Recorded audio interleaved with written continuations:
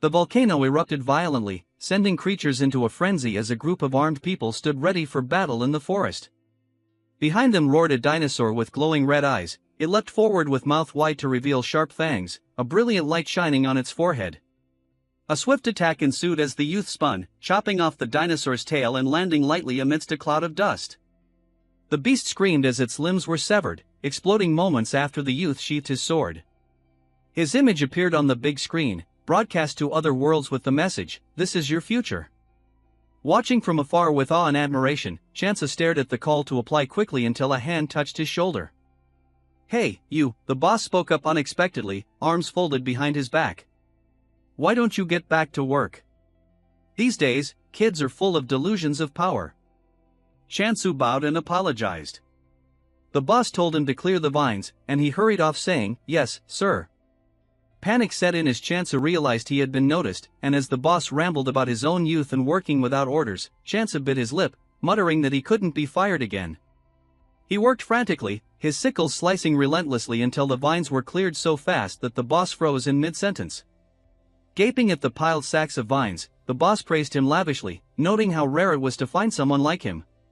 "Just finish that pile, and you can leave early." Chansa's eyes grew sad, wondering if the transmission was just a delusion while the city lay in ruins around him. Earth was dying, an unnamed tyrant offering the only answer: transport to another world.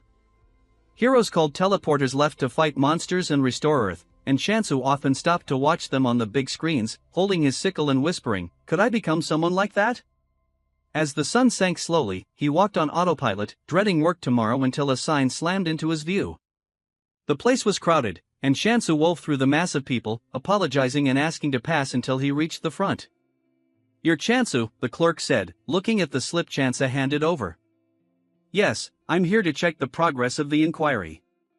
The clerk kept his gaze on the computer as lines appeared showing the deposit balance for the family search. "Ohanu, pay 367.21. Insufficient, the clerk dismissed him. "Chansu, we don't run this place on air and sunlight. If you can't cover the fees, come back later." Next. Desperate for news on the world's location, Chansu begged for information but was shoved away by a big man cursing that he wasn't the only one waiting. Amidst the clamor of the crowd, Chansu dragged his weary body home. Taking off his shoes, he saw a box roll across the floor like a soccer ball from his childhood, triggering memories of his father. He recalled the gentle, high-ranking reclaimer playing soccer with him before being teleported away as Earth faded.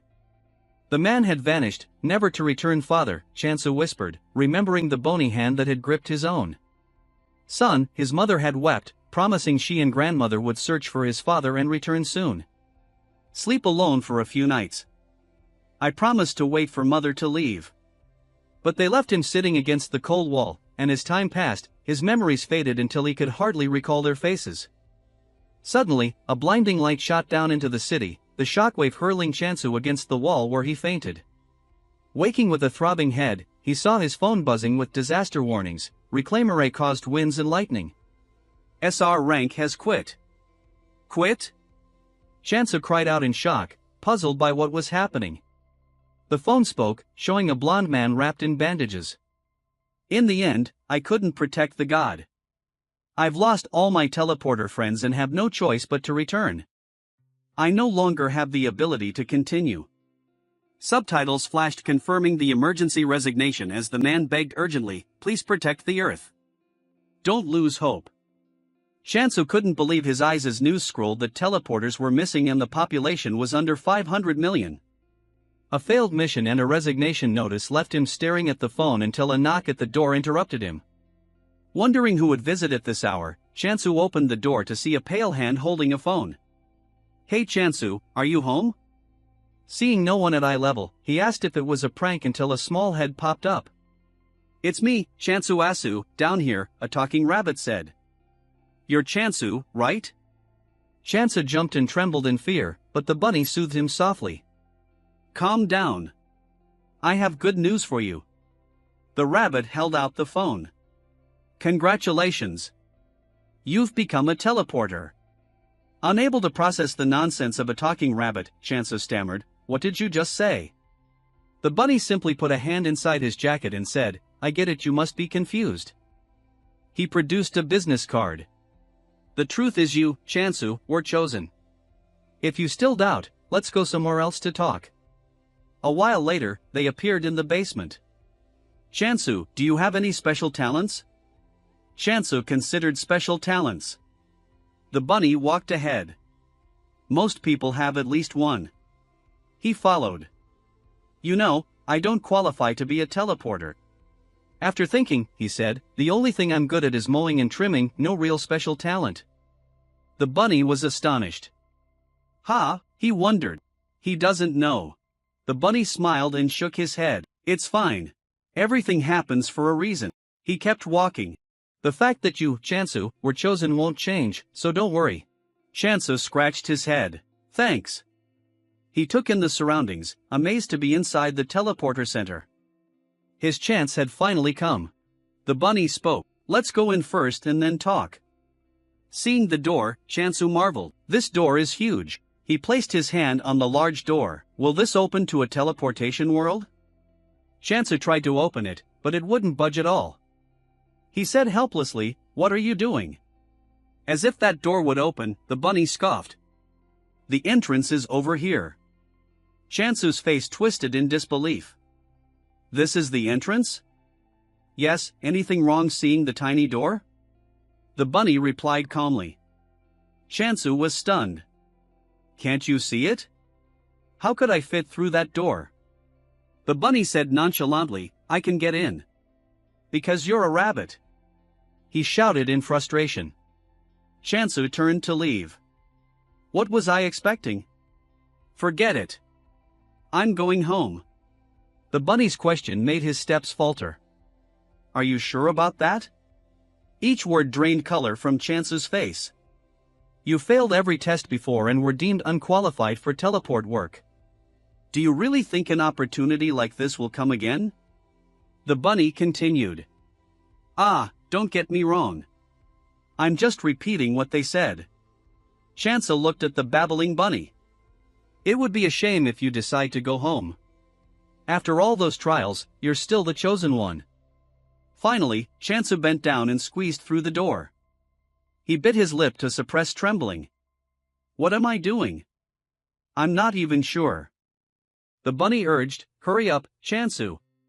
Chansu replied mentally, I'm crawling as fast as I can. The scene before him left him speechless. Chansu said, this place looks more normal than I expected. The bunny ran to the desk. What did you imagine it would be? He walked toward him with the phone. By the way, there's a world that suits you. Chansu asked curiously. Are there worlds suited to different people? He answered cheerfully, of course. It's a cubic world system called Territory Conquest. Then the bunny held up the phone. A grand summon event named Territory Conquest is happening in the cubic world. He was astonished. The cubic world? The bunny's expression froze. Don't tell me you've heard of it. Chansu laughed it off. No, it's my first time hearing it. That shouldn't be something strange. Right, the bunny frowned. Then why act like you know about it? He beamed. So you didn't know. Recently it's been a hot spot. The world has the unique advantage of being protected by a god. He recalled the news he'd seen. A god? Really? It seemed the reclaimer in that report served a god, the bunny added. Let me say more. This isn't related to the recent incidents. So don't worry. Chansu pointed at the emblem and asked, so which god is this? He explained, by rule, the assignment of gods is completely random. Cards suddenly appeared. But if you decide now, I'll grant you the privilege to choose. The bunny's small hand flourished. He held 3 cards. So, what's your decision? He hesitated. How to say it? Chansu pondered. I don't even know who's better. Chansu stared at the 3 cards in the bunny's hand. He brought the cards closer. Chansu, this is a rare case to get a choice like this, an opportunity like this, you know. Chansu recalled his father's image. He was right. I don't know if an opportunity like this will come again. So why am I hesitating like an idiot? After a moment's thought, he took the middle card. I'll take this one. Chansu flipped the card over carefully. Suddenly, his face went pale. Demons poured out of the card image. He wondered what it was. Words appeared on the card, God of Negation 44%. The bunny smiled and explained, just a brief intro. Why are you so surprised? The look of horror on Chansu's face didn't fade. What kind of god has an intro like that? He thought. It's even a god of negation. The card's text hit his eyes. The god of negation, 44%. Just the name sounded bad. And the percentage was odd. Chansu scratched his head awkwardly and asked if he could redraw. The bunny offered the cards again and said, of course. He replied, thanks. He kept drawing and redrawing. No, wait, is this for real? Chansu grew impatient. This time will be the one. But the result was the same, the god of negation again. He angrily demanded, if this was a scam, why do I always get the same god? The bunny calmly said, oh, Chansu. His face turned serious. These cards have no problem at all. Do you understand? Chansu furrowed his brows. No, I didn't mean the cards are faulty. He wondered why the bunny suddenly sounded so serious. The bunny smiled slightly. Now this is your last chance, please choose carefully. Chansu extended his trembling hand. Whoever it is, please, not him. He prayed silently. Please, no. One card emitted a blinding light. Chansu's eyes sparkled. Got it. He held the drawn card. I got someone different. The goddess of prosperity. 0.0000001%. The card's effect felt faint. Chansu marveled silently. Still an extremely low probability. Super rare. A greedy expression crossed his face. The goddess of prosperity. The bunny frowned. What the hell are you imagining? That look is disgusting. After a moment of silence, he smiled again. Do you want another chance? Chansu was surprised. Didn't you say this was my last chance? He asked what would happen if he chose this card instead of explaining. The bunny said, you must depart immediately. He was stunned. Right now? He pulled back the curtain. What are you hesitating for? This is your chance to become a teleporter and later a reclaimer. The bunny's words were tempting. People will revere you. Chansu, you could even be seen as a savior. His expression shifted. Think carefully. A life completely different from what you know will open before you. Chansu swallowed. That's right. He weighed his current situation. If I stay like this, I'll be doing odd jobs for life. I have to make a decision. The system panel appeared. Congratulations. You will now serve the goddess of prosperity. The text on the system frame changed. Now your god's form will be revealed. Chansu was pulled into another dimension. Welcome. The image of a blue-haired goddess appeared, declaring him her apostle and assigning the role of teleporter. Before him now, a card glows and sparkles. Chansu looked up at it. Just now was that the goddess of prosperity? The corner of his mouth lifted in a small smile. With that goddess beside me, I feel like I can do anything. Chansu excitedly asked.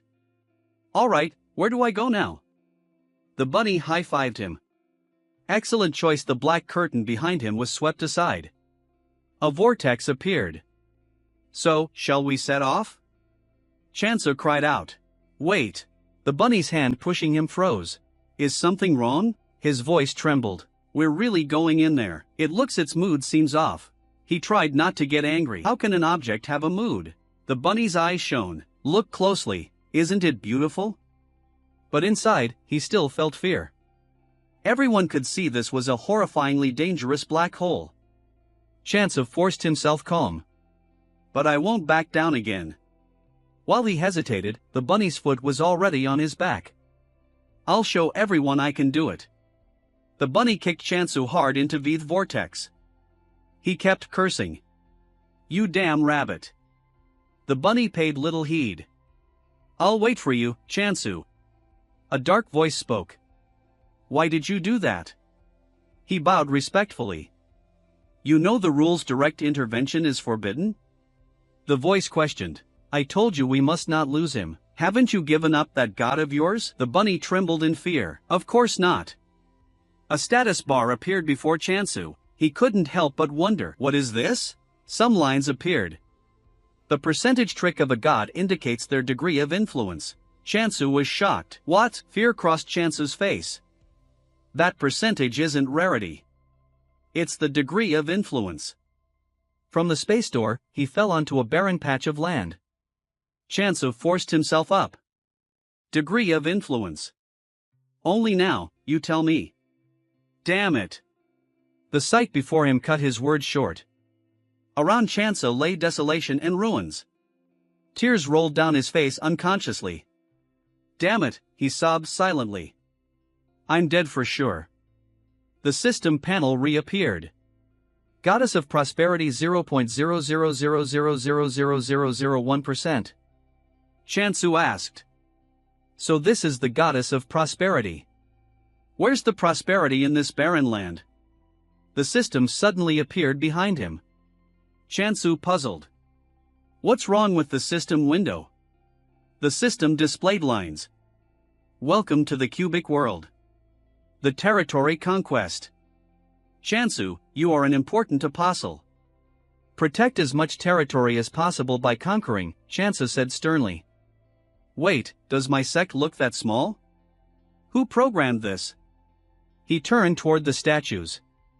I shouldn't sit here. Let's walk around and find the goddess. Something caught Chansu's attention. This is a sickle lay on the ground. A sickle? He didn't hesitate to pick it up. Why is there a sickle here? Did someone drop it? It felt oddly familiar. Not bad. But a huge shadow appeared behind him, sending a chill down Chansu's spine, his mind filled with fear. No way. A monster?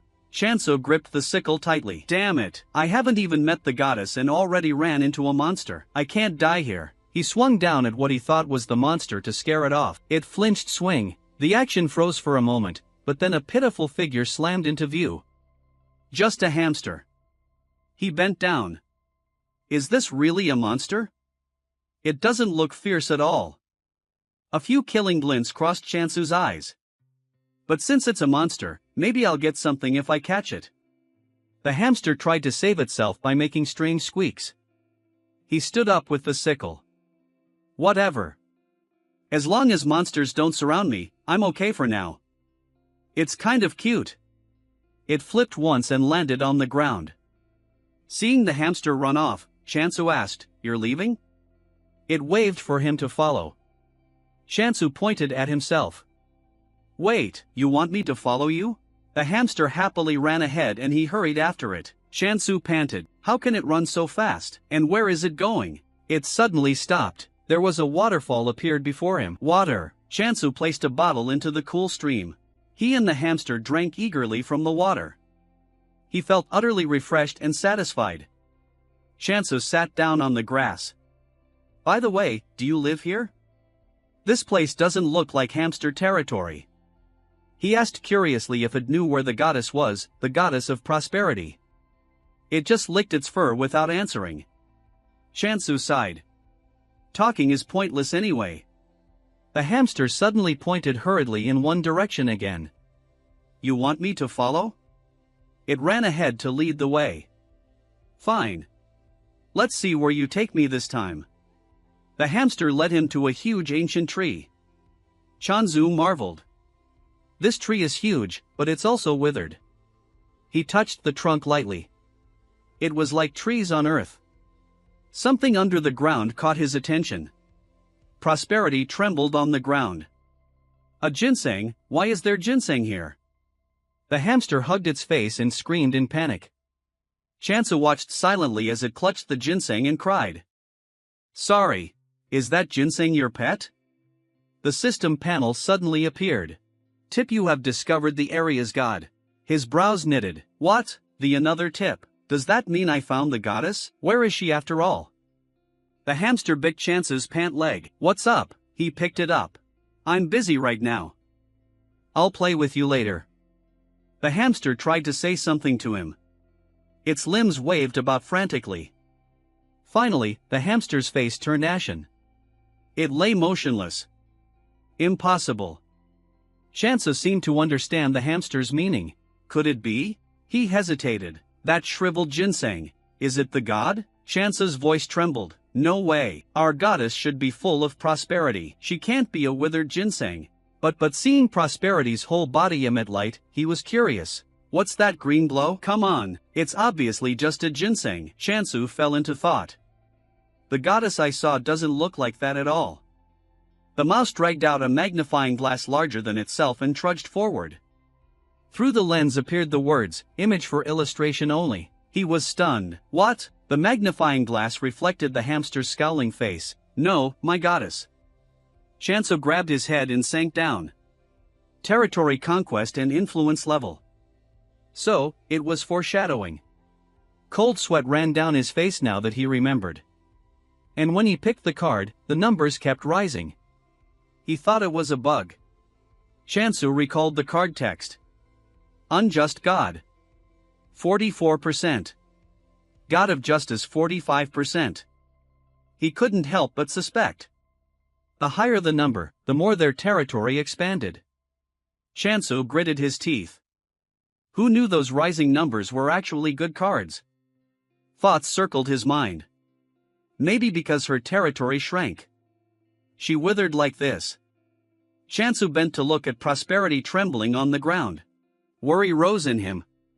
But why hasn't the goddess woken yet? Suddenly, Chansu jolted in panic. Don't tell me I just delivered the finishing blow. He opened the water bottle. Maybe I should give her some water first. She's all wilted. Without hesitation, Chansu poured water over her. Prosperity instantly perked up. It worked. He poured the rest of the bottle over Prosperity. Drink up. Her mind kept shouting. Refreshing. Is it raining? I haven't had water in ages. Wonderful. But it's too much. Stop. That's enough. At this rate, I'll drown. I'll really die. Prosperity began to cough and splutter. Chansu smiled. She SS awake. He bowed respectfully. Hello, I'm Chansu, Apostle of Prosperity.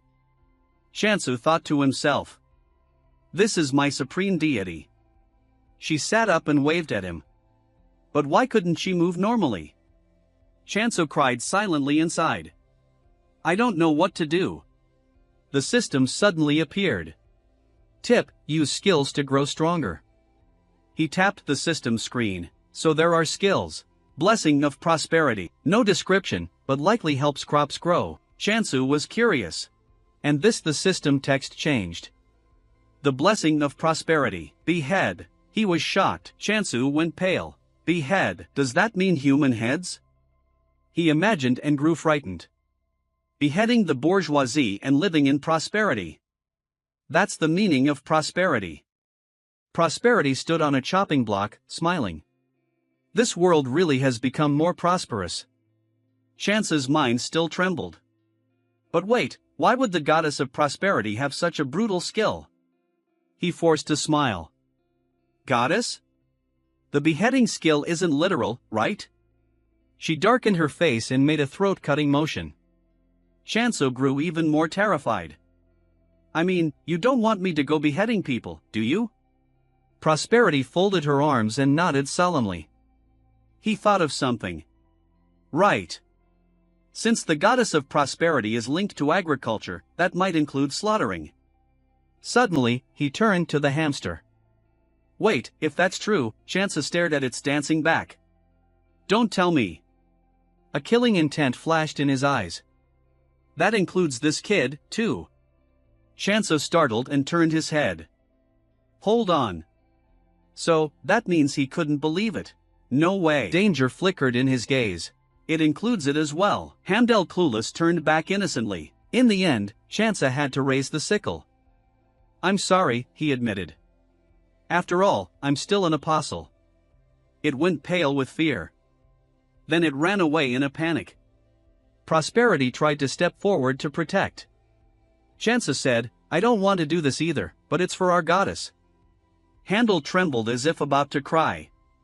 Suddenly, a strange sound made him turn. What's that? The heavy crunching of footsteps approached from afar. Chansu was startled. This is real. The immortal demon was drawing very near. At that moment, Handel seemed about to faint, but it still stood its ground bravely. Then, Chansu realized, so it's not a monster after all. I was mistaken. He felt a bit afraid, too. So then he wondered inwardly if he could defeat this guy. His hand gripped the axe tightly. Shansu decided to charge forward. No, I must do it. He watched carefully and could see clearly. He had identified the spot to strike. Just then the system notified. Tip, you can activate the beheading skill. A sudden explosion sounded. Chan, who gritted his teeth and swung the axe up. Then he ran across and struck hard.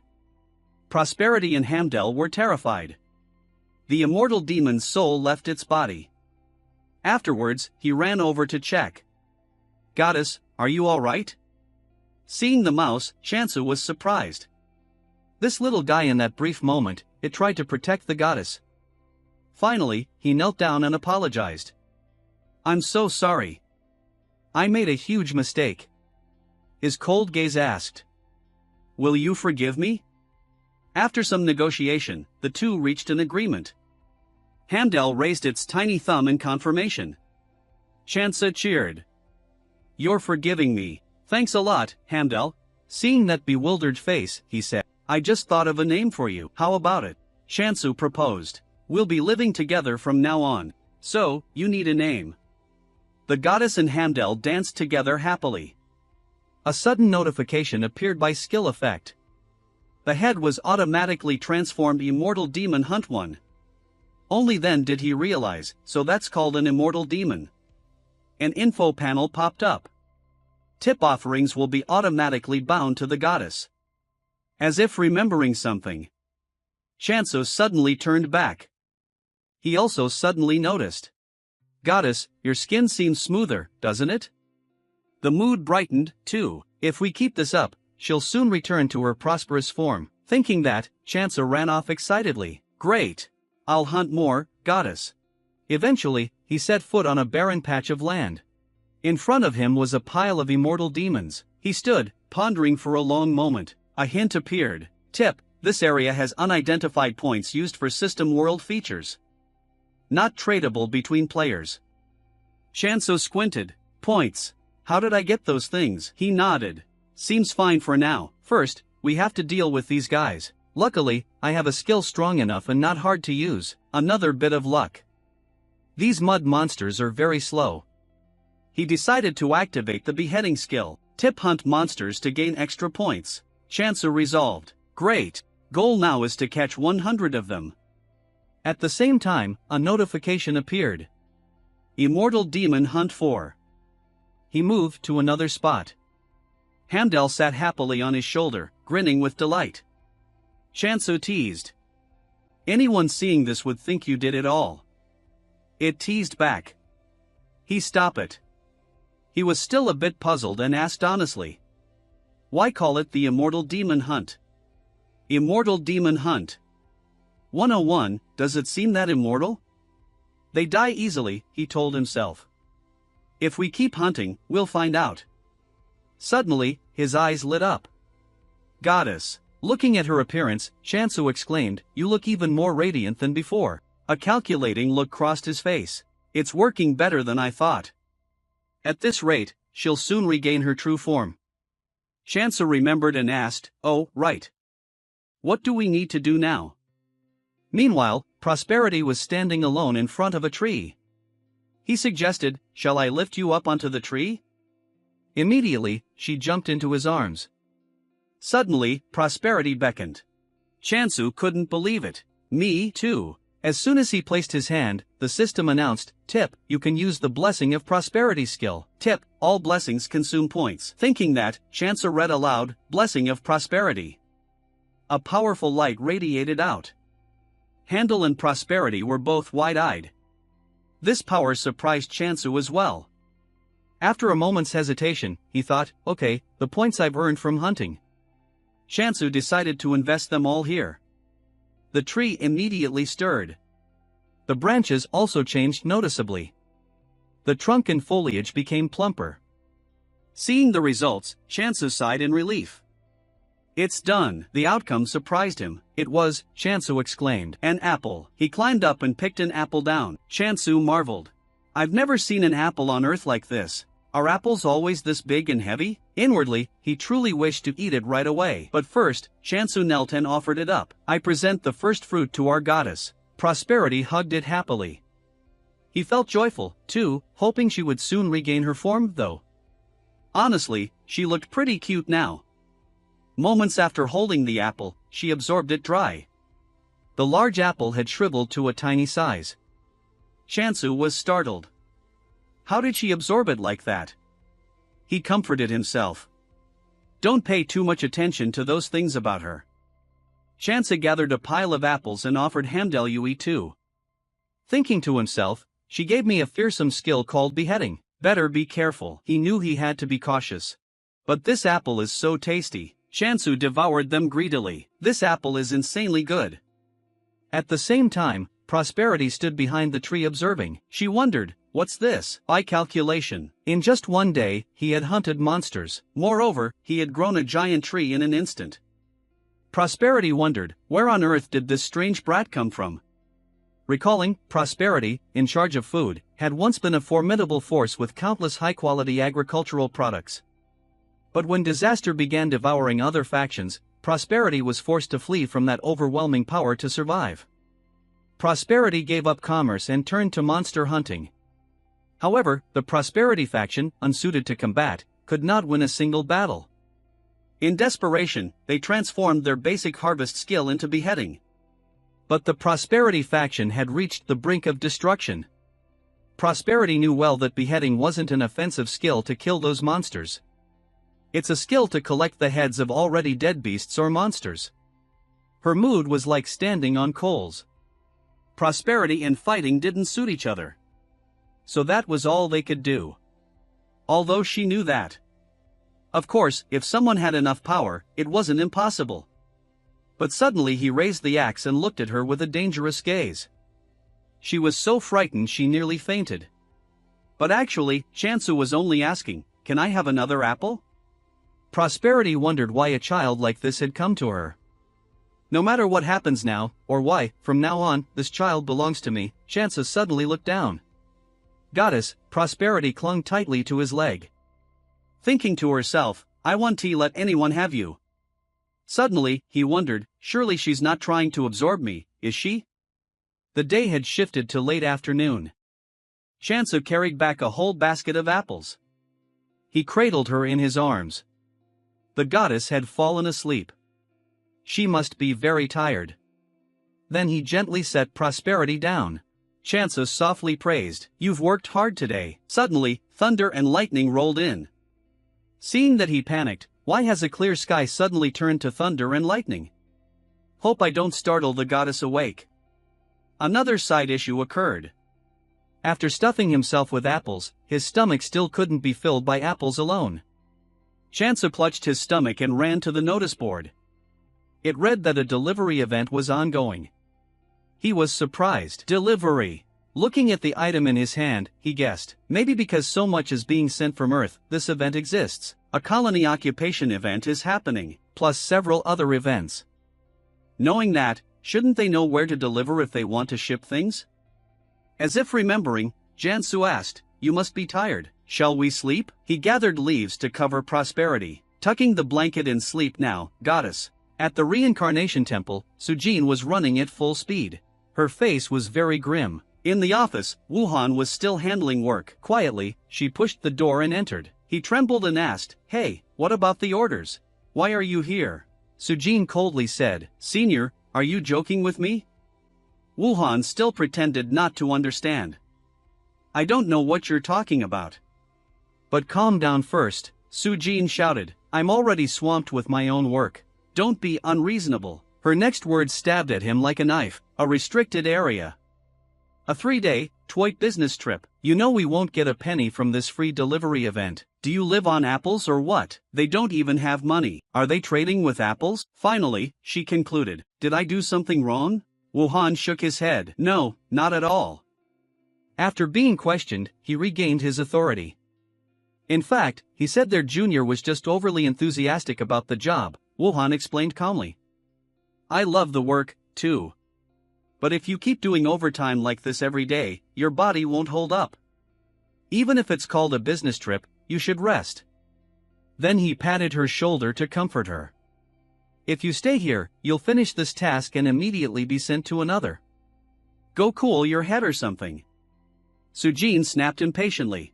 I know it's because no one else wanted this assignment, and now he's pretending. Oh, great, caught red-handed. Who knows, maybe she'd get lucky and find some hidden territory. She shot back bitterly. What territory? I'd freeze to death. After seeing her off, Wuhan seemed cheerier. Travel safely. Who knows, something might happen after you return. Goodbye. Sujin ignored him. Fine, I'm leaving now. She scrolled down to check the list again. At a glance, Sujin wondered why the order list was so long. If she's going to a prohibited zone, she should have prepared in advance. She resolved that she wouldn't return empty-handed this time. She wouldn't let it slip in the forest. Chansu was still gathering apples. Hide well. I can see your hair. Hummel, hiding in a corner, called out. He warned. Hold still, he warned. I can hear your laughter, though he already knew. Chansu pretended to be mysterious. Hey, where are you hiding? Could it be behind these apples? In an instant, the kid was caught. He scooped Handel up and spun him around. Got you, you little rascal. In a slightly reproachful tone, he said, didn't I tell you not to steal apples? It doesn't help anything, Chansa sternly scolded. I'll remind you, these apples aren't for eating, they're for trading. If you keep this up, what am I supposed to do at the meeting today? He sighed in frustration. They've come all this way. I can't make a bad impression at the first meeting. According to Chance's memory and the info he got when signing up for deliveries, this world, true to its name, has different territories divided into blocks. A cube world event colony occupation is underway, though they look like ordinary lands. The world's edges have walls, and to move to another block, you need a periodic travel pass. Around him, there was literally nothing. Even the nearest village was a week's travel away. Lately, I've hardly been eating anything but apples. Jansu was pretty surprised. Who would have thought delivery would only take about 2 days? He lay flat on the ground. He didn't know how they did it, but whatever. He just hoped the sleeping bag would arrive soon and a bed would be even better. Suddenly remembering, Chansu boasted. I even ordered a pillow for the goddess. Actually, the action came from worry. To avoid becoming a dried-up corpse, I need to gain as much favor as possible.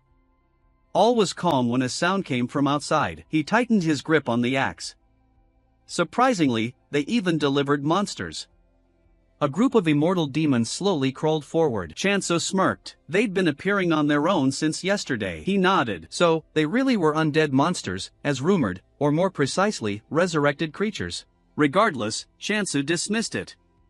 Whatever they are, kill them first. He raised the axe, ready to attack. Then he swung down hard. He single-handedly dealt with that disgusting horde. Suddenly, Hamel screamed pitifully. Its hands reached out, but luckily, he managed to block that blow. Chansu assessed quickly. As expected, their movements are somewhat faster. Monsters can level up like skills. Despite that, he kept trying anyway.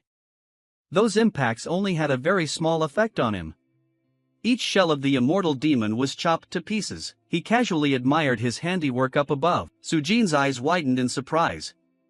She exclaimed, "This is insane. What's in front of me? What on earth is that?" This shock was huge for Sujin. What is this? Immortal demons used to be the top hunting target because they gave huge points compared to other monsters.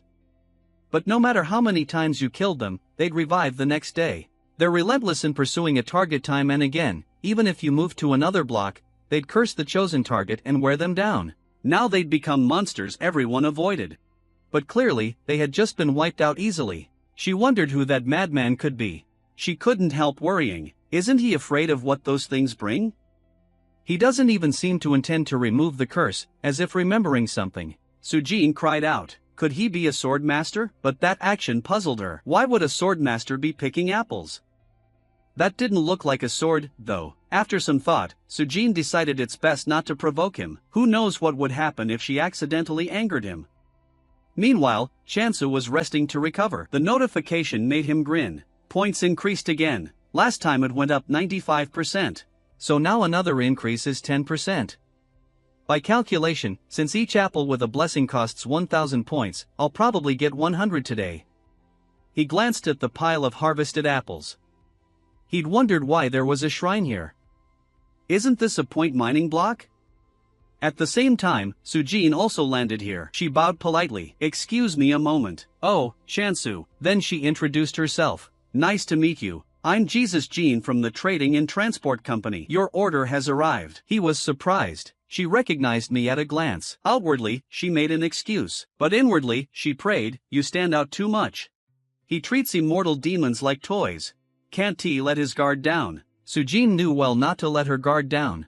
Just then, her gaze fell on Hamdal. "What is that soft fluff?" Instantly, she felt an urge she couldn't contain. "I want to touch it. I want to touch it." Repeated. Chansu wondered. "Are you feeling unwell?" Sujin regained her professionalism. "No, I'm fine." She suppressed the urge. "I really want to touch it." Chansu took the lead. "Shall we go?" "Did I call the wrong number?" As for Sujin, she only wished she could pinch it. She trailed after him to the pile of freshly picked apples. A pleasant aroma spread. Sujin praised. "The scent of these apples is lovely." He boasted. They grew very well standing on the ground and looking up. The apple tree was truly enormous. She was still bewildered. "Is this really an apple tree?" "The size of it." To break the awkwardness, he asked, "Do you want to try one?" Sujin was startled. "Really?" The apple in her hand gave off something strange beyond the tree. Yet, it truly looked like an ordinary apple.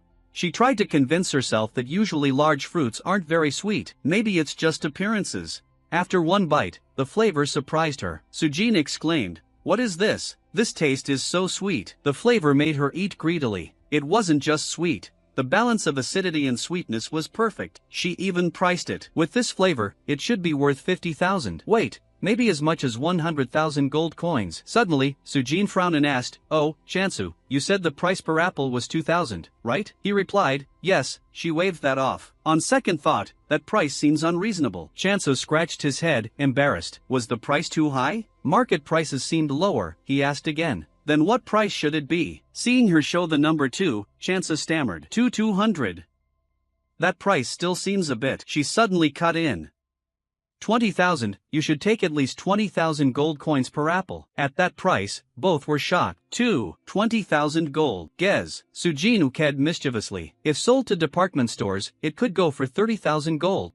He couldn't believe it. So expensive. Apples selling that high at department stores.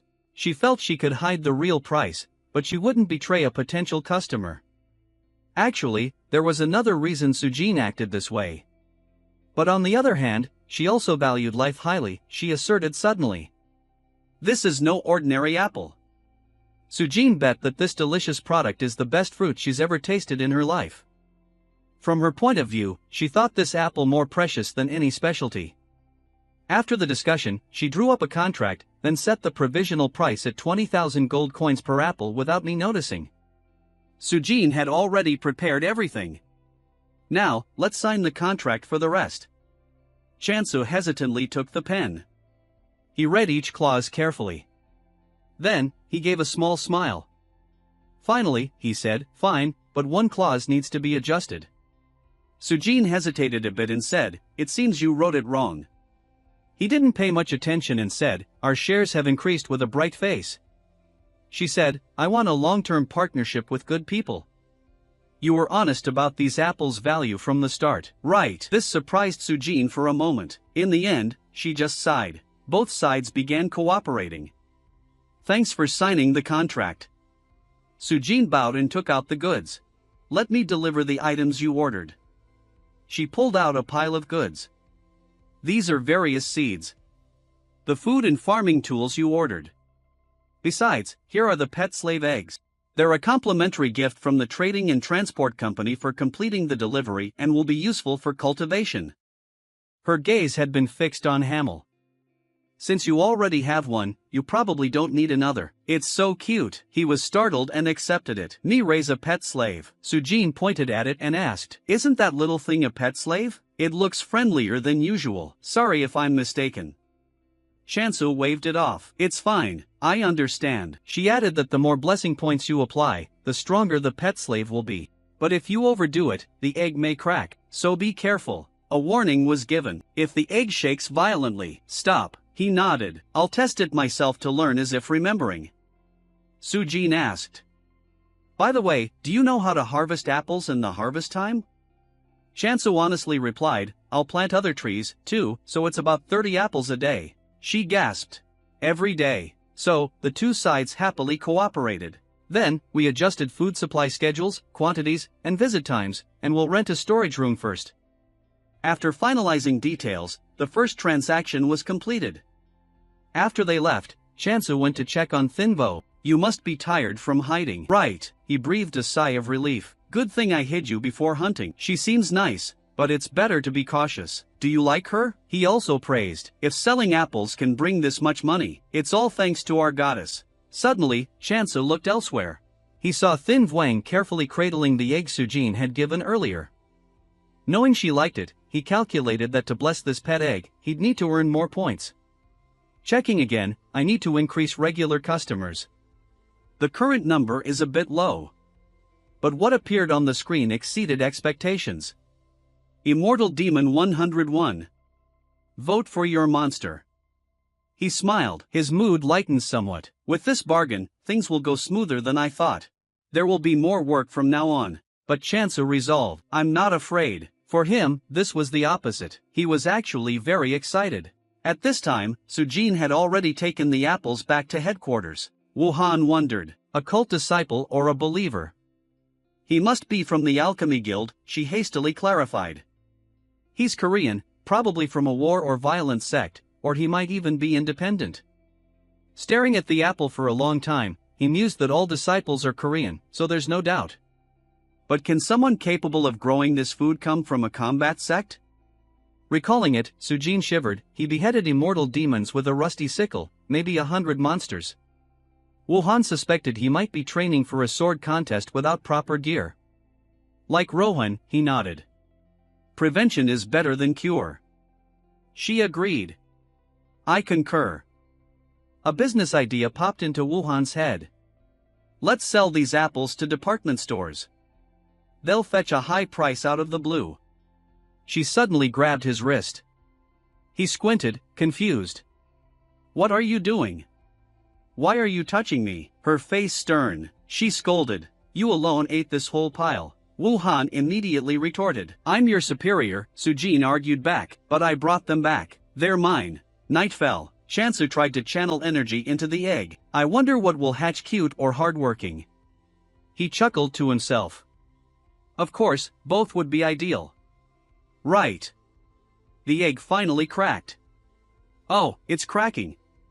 Everyone's faces lit with eager anticipation. Hurry up and come out. An SSS grade pet slave. He cried out happily. It's out. A part of it. The tiny beak was adorable. Then a small wing poked out. The result? A chick. Chansu froze. A chick. He couldn't believe it. The chick was a bit big, but still just a normal chicken. Right. I was hoping for something more useful watching them play. Chansu sighed. Guess we'll raise it until it's grown, then eat it. Resigned. He thought it's been a while since I had chicken meat. One chicken is worth 120,000 points. Given the situation, he decided not to get attached and named it on the spot.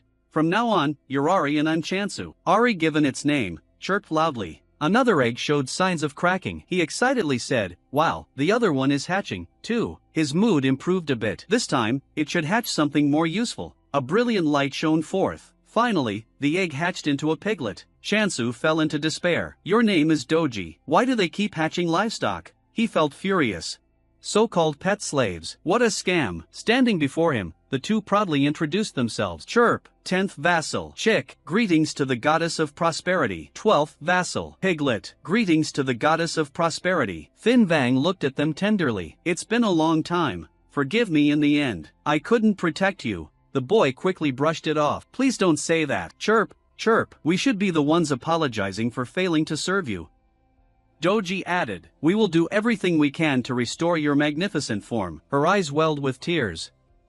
I am truly grateful, but there's one thing you must remember. She also warned to be careful around my disciple. He doesn't know you are my vassals, and if he finds you useless, he might sell you off. Thin Vangu even threatened that he might even eat you. How should we cook you, too? So she instructed them carefully. Try to appear as useful as possible before he truly understands you. Doji, snot and tears running, asked. Did he really say that? Chirp, a disciple. He looks nearly dead. Ari sneered. Chirp, let's just observe him for now. The next morning, Chansu began stretching his limbs after a long sleep. He said excitedly. It's time to start a new day. No sooner had he finished than Chansa swept away the immortal demons. Good morning, heads and all. At the same time, Ari sleepily came out. Why so noisy this early? Doji followed. Chirp, chop, carve the meat. But the sight before them left everyone stunned. The boy panicked. What's happening? Beheading? Is that a skill? Deuce eyes re-aimed at the edge, undeterred. Chansa handled everything alone. Decisive slashes cut through. The two kids froze solid at the sight. The fragments of the immortal demons littered the ground. At this point, Ari had to admit, thinking it over. It seemed the disciple licked his lips. When looking at us, Doji startled. Chirp, really? Their minds began to run wild. Maybe it's been a while since we've had chicken. Chirp. He really will eat us. At the same time, the system announced Immortal Demon Hunt 202. With everything done, he breathed a sigh of relief. Finally, they're all defeated. Suddenly, Chansu noticed some strange sounds. Turning around, he saw them and they cheered. When did you come out? Ari replied quickly. Sure, chirp, the boy added. Sure, our beloved disciple, you've worked hard. You must be tired, disciple. Good morning, the boy even ordered. Chirp chirp, smile for us. He smiled at that and said, thanks, you did well. Chansu remembered. Under the canopy of the tree, he cut an apple and offered it. Here, want some? The gluttonous boy rushed over. Yes, yes, Ari hurriedly warned. Slow down, pig. We can't look like two food grinding machines. Seeing that, he praised. You eat well. Eat more so you grow faster. Doji exclaimed. Chirp, it's delicious, but the next remark froze them. I hear pork raised from youth is trendy. I wonder if raising you on fruit would taste better. Ari dashed over to stop it. Don't eat him, pig. You'll turn into apple-flavored smoked meat. Chansa brought another plate of apples and asked, Ari, do you want some, too? The boy sniffed the aroma this scent. He must have spent at least 500 points to get this. Is he crazy? An ordinary disciple only makes about that in a day, but he still pretended to refuse. Chirp, I won't be fooled. He wondered, you don't like apples? Chansu added more food. Or have some cereal? Ari insisted. I'm not like that pig. I'll never become fried chicken. In the end, the boy gave up. Chansa concluded that Ari is picky, unlike Doji. Next was, Chansa's 5-minute farming class. Let Doji wallow in mud and have Ari plant black beans, cover with soil, water it, then add a little blessing of prosperity. Come on, easy, right? Our goddess is the best. That's the plan. All right, perfect. But the look behind startled him. Chansu was surprised. Do chickens like shiny things? They're not ravens. But he dismissed it. No, wait. The first harvest must be offered to the goddess. Chirp, after all, my cravings won. Ari told himself. I'm surely doomed. Seeing that Chansu relaxed, he remembered. Right, the apples start selling today. Wonder if they'll sell at the department store. Everything was prepared. Wuhan calculated. Okay, everything's ready. Only the apples are missing, right? Seeing the line, he sighed with relief. Business is good today. However, just as he thought, no one was buying. The display included gold dust, winter feathers, royal skin apples priced at 200,000 gold. We named them royal apples and packaged them to look as flashy and luxurious as possible, but everyone doubted. Royal apples. What apple is worth that? Honestly, he worried that the price shocked people. Feeling uneasy. We can't offer samples. Is there no way to let them taste it? If they could try, they might change their minds. Suddenly, a voice announced, "Thank you for your purchase." No one could believe their ears. What's happening? Did he buy them all? Really? Wuhan rushed through the crowd. What's all this noise? An employee hurried out to brag. Senior, look. The royal apples are all sold. The stall was empty in no time. He was puzzled. What? There were plenty just minutes ago. They recounted that he tasted one apple and then bought them all. Murmurs spread. The receipt bore the signature. Rohan. Hey, is that Rohan? He had a bag of apples on his back. He seems famous. I'm new here, so I don't really know. Wuhan was shocked hearing the name. Rohan. Really? Lan, the pioneer who trains regardless of obstacles. The unrivaled swordmaster. Someone like him bought all these apples.